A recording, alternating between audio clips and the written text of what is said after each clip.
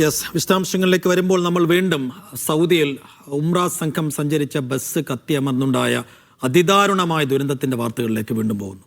മദീനയിൽ ഉംറ ബസ് കത്തി 42 ഹൈദരാബാദ് സ്വദേശികളാണ് മരിച്ചത്. മക്കയിൽ നിന്നും പുറപ്പെട്ട ഉംറ ബസ് പെട്രോൾ ടാങ്കറുമായി കൂട്ടിയിടിച്ച് കത്തിയാണ് അപകടം ഉണ്ടായത്. അപകടത്തിൽ ഒരാൾ മാത്രം രക്ഷപ്പെട്ടു എന്നുള്ള വിവരങ്ങൾ കൂടി ലഭിക്കുന്നുണ്ട്. മരിച്ചവരിൽ 20 പേർ സ്ത്രീകളും 11 പേർ കുട്ടികളുമാണ്. ഇന്ത്യൻ സമയം പുലർച്ചെ 1:30യോടെയായിരുന്നു അപകടമെന്നാണ് സൂചന. മൃതദേഹങ്ങൾ മേഖലയിലെ വിവിധ ആശുപത്രികളിലേക്ക് മാറ്റിക്കൊണ്ടിരിക്കുകയാണ്. അഫ്താബ് റഹ്മാൻ വിശദാംശങ്ങൾ നൽകും. അഫ്താബ്, ഇന്നലെ അർദ്ധരാത്രിയോടുകൂടി പുലർച്ചയോടുകൂടി ഉണ്ടായ ദുരന്തം ഇപ്പോഴായിരിക്കും ഒരു പക്ഷേ ആളുകൾ അറിഞ്ഞു വരുന്നത്. ഹൈവേയിലാണ് ദുരന്തം ഉണ്ടായതെന്ന് മനസ്സിലാക്കുന്നു. ഒരാൾ മാത്രം അത്ഭുതകരമായി രക്ഷപ്പെട്ടിരിക്കുന്നു. ബാക്കിയുള്ള മൃതദേഹങ്ങൾ ഇനി അവിടെ തന്നെ മറവ് ചെയ്യുകയായിരിക്കും. നിലവിൽ എവിടെയാണ് മൃതദേഹങ്ങൾ ഉള്ളത്? ആശുപത്രിയിലേക്ക് മാറ്റുകയാണെങ്കിൽ തന്നെ ഏതൊക്കെ ആശുപത്രിയിലേക്കായിരിക്കും മാറ്റുക? അവിടെ രക്ഷാപ്രവർത്തകരുടെ സന്നദ്ധ സംഘങ്ങൾക്കൊക്കെ എത്താൻ കഴിഞ്ഞിട്ടുണ്ടോ? എന്താണ് നിലവിലെ അവസ്ഥ?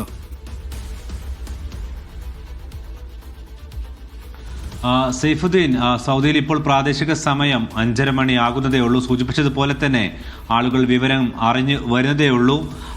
ഇതിൽ ഏറ്റവും പ്രധാനപ്പെട്ട കാര്യം, അല്പം മുമ്പ് ലഭിച്ച വിവരങ്ങൾ പ്രകാരം നേരത്തെ ഡീസൽ ടാങ്കറുമായി എന്നുള്ളതായിരുന്നു നമുക്ക് ലഭ്യമായിരുന്ന വിവരമെങ്കിൽ ഇപ്പോൾ അത് പെട്രോൾ ടാങ്കറുമായാണ് ഈ ബസ് കൂട്ടിയിടിച്ചതെന്നുള്ളതാണ് ഇപ്പോൾ ലഭിച്ചിരിക്കുന്ന പോലീസിൽ നിന്നുള്ള വിവരം. എന്ന് വെച്ചാൽ സ്വാഭാവികമായിട്ടും പെട്രോൾ ടാങ്കറുമായി ഒരു ബസ് കൂട്ടിയിടിച്ചാൽ ഉണ്ടാകുന്ന ഒരു ആഘാതം നമുക്കറിയാം. അത് ആ ദൃശ്യങ്ങളിൽ വ്യക്തമാണ്.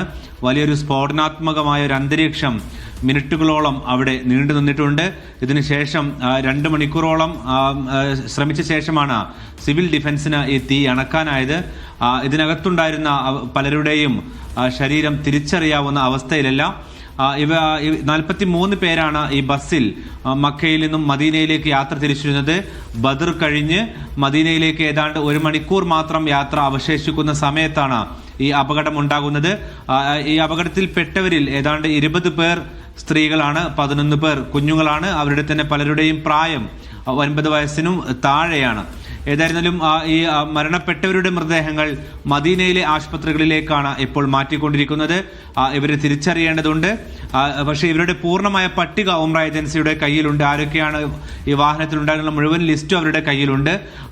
ജീവനോടെ രക്ഷപ്പെട്ട മുഹമ്മദ് ഷുഐബ് എന്ന വ്യക്തി ഇപ്പോൾ ചികിത്സയിലാണ്. അദ്ദേഹത്തിന് കൂട്ടിരിപ്പുകാരെ ഉംറ ഏജൻസി തന്നെ സജ്ജീകരിച്ചിട്ടുണ്ട്. വരും മണിക്കൂറുകളിൽ നടക്കാനുള്ള നടപടിക്രമം എന്ന് പറയുന്നത് മരിച്ചവരെ തിരിച്ചറിയേണ്ടതുണ്ട്. ഓരോരുത്തരുടെ അതിൽ ചിലരുടെയെങ്കിലും ശരീരമാണ് ബാക്കിയുള്ളത്. സ്വാഭാവികമായിട്ടും ഈ ഒരു സ്ഫോടനാത്മകമായിട്ടുള്ള തീപിടുത്തത്തിൽ പൂർണ്ണമായും ഇല്ലാതാവുകയും ചെയ്തിട്ടുണ്ട്. ഏതായാലും ഇവരെ മദീനയിലായിരിക്കും കബറടക്കുക. ഈ മേഖലയിലേക്ക് സ്വാഭാവികമായിട്ടും പോലീസിന്റെ കനത്ത ബന്ദോബസ്തുണ്ട്. പോലീസിന്റെയും ഹജ്ജ് ഉംറ മന്ത്രാലയത്തിന്റെയും ഈ ഉംറ ഏജൻസിയുടെ പ്രതിനിധികളുടെയും സാന്നിധ്യത്തിലാണ് ഇപ്പോൾ നടപടിക്രമങ്ങൾ പൂർത്തിയാക്കിക്കൊണ്ടിരിക്കുന്നത്. സൈഫുദ്ദീൻ. അഫ്താബ് പറഞ്ഞതുപോലെ തന്നെ കത്തിയമർന്നു പോയിട്ടുണ്ടാവും പലരും. അതുകൊണ്ട് തന്നെ തിരിച്ചറിയാനൊക്കെ പ്രയാസമാണ് എന്നുകൂടി പറയുന്നുണ്ട്. അതിൽ ഏറ്റവും നിരാശാജനകവും സങ്കടമൊക്കെ തോന്നുന്നത് 11 കുട്ടികൾ കൂടി ഉൾപ്പെട്ടു പോയി എന്നുള്ളത് തന്നെയാണ്. അഫ്താബ്, ഈ ഒരു വല്ലാത്ത സമയത്ത് കൂടിയാണ് ഈ ഒരു അപകടം ഉണ്ടായത്. ഒരു പക്ഷേ വളരെ പെട്ടെന്ന് നമുക്ക് ആ ദൃശ്യങ്ങളിൽ നിന്ന് കാണാം, ഒരു തീഗോളമാണ് അവിടെ കാണാൻ കഴിയുന്നത്. അപ്പോൾ വളരെ പെട്ടെന്ന് അവിടേക്ക് എത്തിച്ചേരുക, രക്ഷാപ്രവർത്തനം, അത്തരം കാര്യങ്ങളൊന്നും ഒരുപക്ഷെ ആ സമയമായതുകൊണ്ട് തന്നെ നടന്നു കാണില്ല അല്ലേ?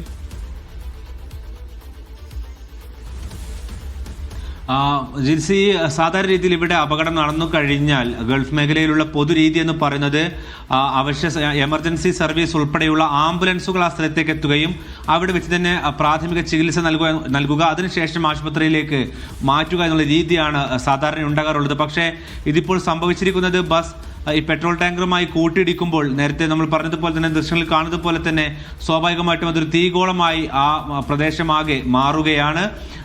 അത് മുഴുവനായും ബസ് പൂർണ്ണമായും കത്തി അമർന്നു. പിന്നീട് സിവിൽ ഡിഫൻസ് എത്തി തീ അണച്ചെങ്കിൽ പോലും ഈ പറഞ്ഞതുപോലെ തന്നെ പലരുടേതും തിരിച്ചറിയാവുന്ന സ്ഥിതിയിലല്ല ഉണ്ടായിരുന്നത്.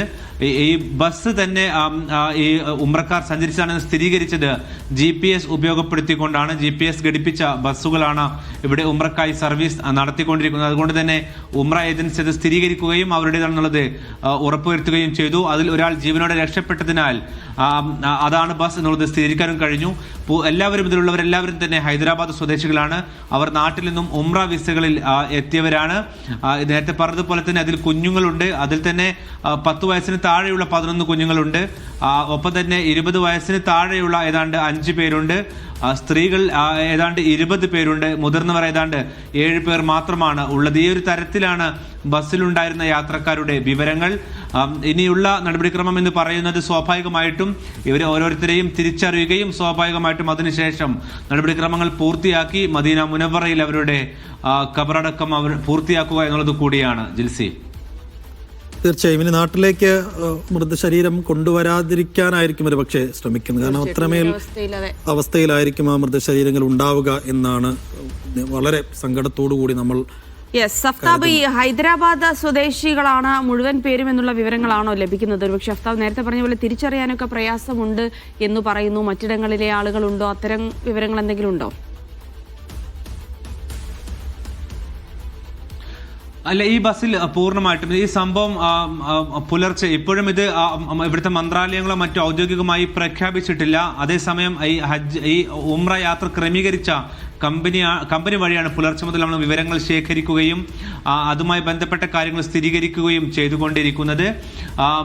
നേരത്തെ പറഞ്ഞതുപോലെ തന്നെ ഇവരുടെ ഉംറ ഫെസിലിറ്റേറ്റ് ചെയ്ത കമ്പനി, ഒപ്പം തന്നെ ഇവരുടെ മദീനയിലേക്കുള്ള യാത്ര സജ്ജീകരിച്ച കമ്പനി, ഇവരുമായാണ് പിന്നെ ഇപ്പോൾ സൗദിയിലെ ഹജ്ജ് ഉംറ മന്ത്രാലയം ഇവരുടെ വിവരങ്ങൾ ശേഖരിച്ചെടുക്കുന്നത്. നേരത്തെ പറഞ്ഞതുപോലെ നേരത്തെ 40 പേർ എന്നുള്ളതായിരുന്നു ആദ്യം ലഭിച്ച വിവരം.